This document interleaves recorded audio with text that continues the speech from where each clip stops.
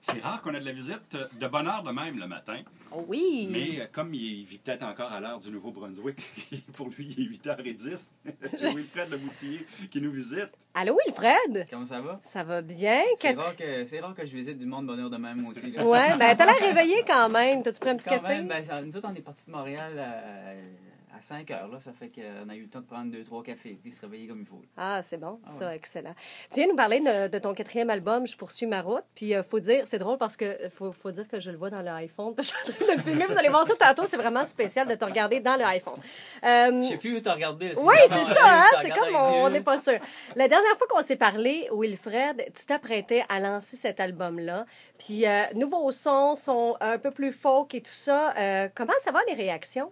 Ben, ça va bien, sérieusement. Depuis le début, il y a juste des bons commentaires. Puis ça fait du bien aussi de partir sur la route puis d'entendre les commentaires des gens qui l'avaient acheté. Puis sur Facebook, tu sais, j'ai plein de commentaires aussi à tous les jours, des gens qui se sont procurés l'album. Puis là, on me parle de quelles chansons qui les a touchés par rapport aux chansons qui se retrouvent sur l'album. Puis ça, c'est tout le temps touchant de savoir comment que les gens aussi peuvent s'approprier une chanson, comment eux, ils perçoivent cette chanson-là, tu sais, parce que c'est sûr que toi, comme auteur, ben, tu l'écris pour une telle raison, mais tu penses pas qu'une autre personne pourrait se l'approprier d'une autre façon, puis que la vision soit complètement différente que la tienne, tu sais, puis à quelque part, c'est là que tu vois que c'est fort, le pouvoir de la musique, tu sais, le pouvoir que la personne s'accroche à une chanson par rapport à ce qu'elle a vu par rapport à cette situation-là. Ça fait que, c'est ça, à date, j'ai juste des bons commentaires. Ça te va bien, ce genre-là, c'est sûr.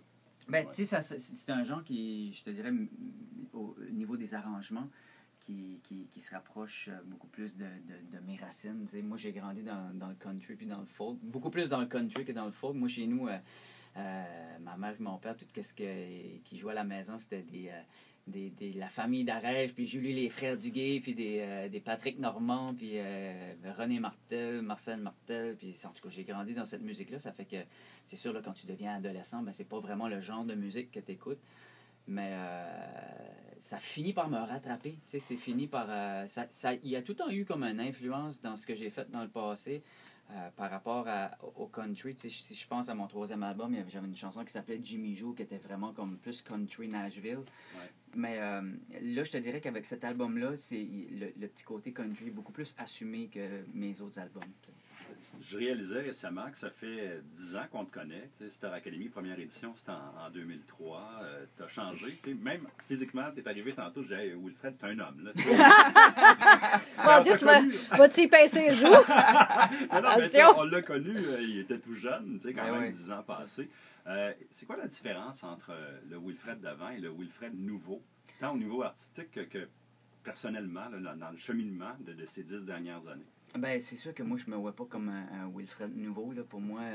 tu vis avec toi-même. Ben, je vis avec moi-même. Puis, des fois, c'est pas trop facile, là, c'est pas évident, mais non, je fais des farces.